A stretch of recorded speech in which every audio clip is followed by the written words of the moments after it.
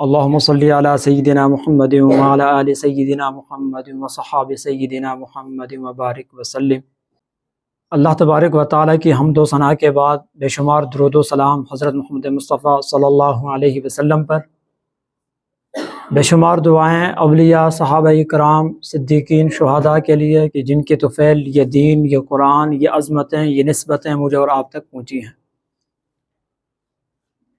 اس کے بعد آپ تمام لوگ مبارکباد کے مستحق ہیں کہ آپ نے زندگی کے اہم لمحات میں یہ جو 4-5 دن یہاں پر لگائے ہیں، ان 4-5 دنوں کو آپ نے قیمتی سے قیمتی بنایا اور اللہ تبارک و تعالیٰ کے قریب ہونے کے حوالے سے، اللہ سے کلام کرنے کے حوالے سے آپ نے بنیادی جو سکلز تھی ان کو مزید ڈیولپ کیا، اور یہ اللہ کی توفیق ہی سے ہوا۔ اللہ نے توفیق دی، آپ کو منتخب کیا اور آپ یہاں پر پہنچے، اور آپ نے بنیادی جو چیزیں ہیں ان کو لرن کیا، اور آگے کی طرف اب آپ بڑھ رہے ہیں، اور اس سلسلے کو یوں ہی جاری ہو، یہ ساری انشاءاللہ آپ رکھیں گے۔ یہ کوئی آدھا گھنٹہ 30-35 منٹ کی میری گفتگو آپ کے ساتھ بڑی اہم گفتگو ہونے والی ہے۔ مینرز جو لائف کے ہوتے ہیں اس پر بات کریں گے، لیکن اسلامی کیا آداب ہو سکتے ہیں ایک مسلمان کی زندگی کے لیے، اس پہ بات ہوگی، اور میں آپ کے سامنے مختصراً اس کے 7 درجات رکھوں گا، 7 پوائنٹس ہوں گے، یا آپ کہہ سکتے ہیں کہ 7 سٹیجز ہو سکتے ہیں کہ آداب کے پوائنٹ آف ویو سے، اسلامی نقطہ نظر سے ہم کہاں پر کھڑے ہیں اور چیزوں کو کس طریقے سے آگے کی طرف بڑھا سکتے ہیں۔ اور اسلام ظاہر ہے کہ ایک مکمل نظام حیات ہے، اور اس والے سے قرآن مجید کی آیت کو آپ لیں تو بڑی مشہور آیت ہے سورۃ البقرہ کی، اللہ تبارک و تعالیٰ فرماتے ہیں اعوذ باللہ من الشیطان الرجیم یا ایھا الذین آمنوا ادخلوا فی السلم کافہ، اے مسلمانوں، ایمان لانے والو، اسلام میں مکمل داخل ہو جاؤ۔ مکمل داخلے سے کیا مراد ہے کہ آپ کی جو مکمل زندگی کا ہر لمحہ جو ہے وہ اسلام کے آئین مطابق ہو سکتا ہے۔ ایسے میں اگر ہم کچھ چیزوں کو تھوڑا سا آئیڈینٹیفائی کرنے کی کوشش کریں کہ بنیادی آداب کے حوالے سے اسلامی نقطہ نظر سے کیا چیزیں ہو سکتی ہیں ساتھ، تو اس میں آداب کی اگر ہم بات کریں، آداب ہوتے کیا ہیں؟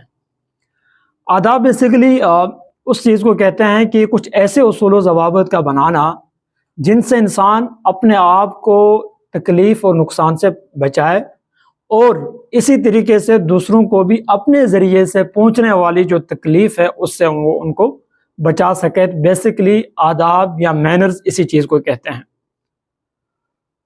آداب زندگی کے لیے ضروری کیوں ہے؟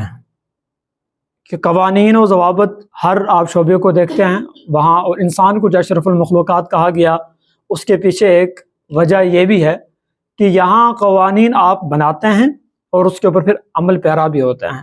مثال لے لیجئے کہ آپ ٹریفک کے قوانین ہی کی مثال لیں، ان کے قوانین کا بظاہر فائدہ ہمارا ہی اپنا ہے، کہیں نہ کہیں ہم چالان کی صورت میں، کہیں نہ کہیں ہم جرمانوں کی صورت میں، کہیں نہ کہیں ہم مختلف اذیتوں کا بھی سامنا ہمیں ان قوانین پر عمل کرنے کے دوران سامنا کرنا پڑتا ہے، لیکن در حقیقت فوائد کس کے ہیں؟ وہ ہمارے اپنے ہیں۔ اگر ٹریفک کے قوانین نہ ہوں تو جہاں آپ کو آدھا گھنٹہ لگتا ہے پہنچنے میں، وہاں آپ کو کئی گھنٹے بھی لگ سکتے ہیں، اور چیزیں آپ کی جو ہے وہ بگڑ سکتی ہیں۔ ایک مسلمان کی جو نبی صلی اللہ علیہ وسلم کی ایک مشہور حدیث ہے جو ایک تعریف کی ہے، مسلمان کیسا ہوتا ہے یا مسلمان کون ہوتا ہے؟ فرمایا کہ مسلمان ایک مجاہد ہوتا ہے، ایسا مجاہد کہ جو اپنی نفسانی خواہشات کے خلاف مجاہدہ کرتا ہے۔ فرمایا مسلمان ایک مہاجر ہوتا ہے، ایسا مہاجر کہ جو اپنے گناہوں سے ہجرت کرتا ہے۔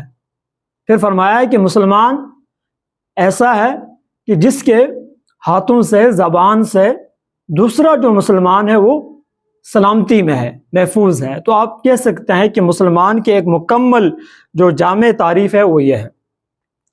اور جب مسلمان کی تعریف کی ابھی میں نے بات پڑھی، من سلم المسلمون من لسانہ و یدہ، مشہور حدیث ہے، فرمایا کہ مسلمان وہ ہوتا ہے کہ جس کی زبان سے اور ہاتھوں سے جو ہے دوسرا مسلمان، دوسرے لوگ کیا ہے؟